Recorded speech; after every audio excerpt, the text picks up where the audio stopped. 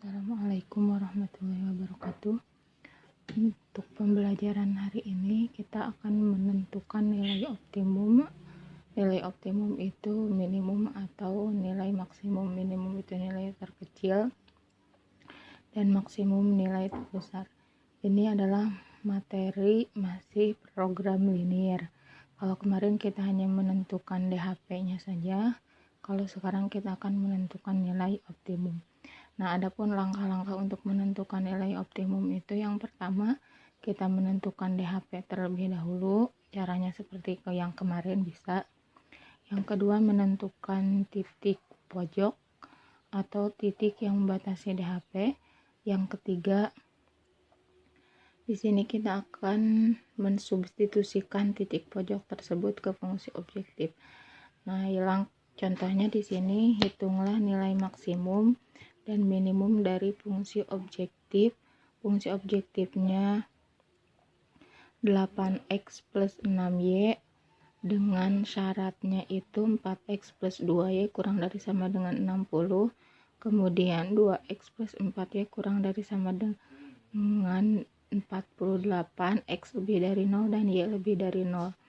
Kemudian yang selanjutnya, untuk menentukan DHP itu bisa menggunakan cara seperti yang kemarin yang ada di LK pertama yang ini.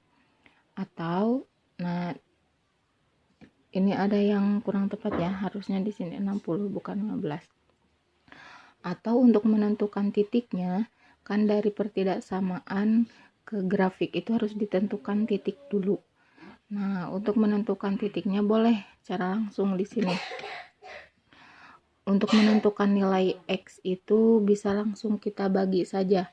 60 dibagi 4 atau dibagi dengan koefisien variabel X di sini yang ini nih.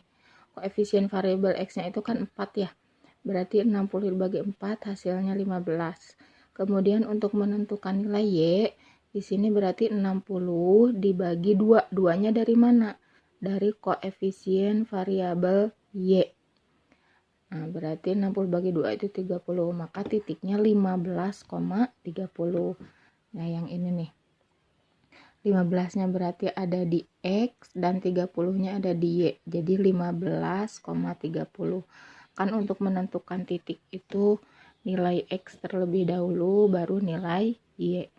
Yang kedua, untuk sama seperti yang tadi, menentukan nilai X itu berarti hasilnya di sini.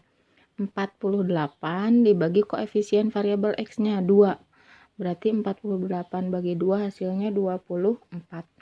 Kemudian Y-nya juga sama, 48 dibagi 4. 4-nya dari mana? 4 itu dari sini. Koefisien variabel Y. Hasilnya 12. Jadi 24,12. 24-nya di sini variabel X dan 12-nya ada di sumbu Y. Setelah itu kita akan menentukan arsirannya nih, daerah arsirannya. Kan kemarin untuk menentukan daerah arsiran itu dilihat dari tanda koefisien variabel Y dan tanda penghubung. Tanda koefisien variabel Y-nya di sini positif, berarti positif. Kemudian kurang dari, kalau kurang dari itu negatif, berarti positif kali negatif hasilnya negatif. Maka arsirannya ada di bawah garis. Berarti garis yang 4x plus 2y kurang dari sama dengan 60 ini arsirannya ke bawah semua. Yang kedua, sama seperti yang tadi, lihat koefisien variabel Y-nya, tandanya ini positif. Kemudian kurang dari sama dengan itu negatif, berarti positif kali negatif hasilnya negatif. Arsirannya maka ke bawah.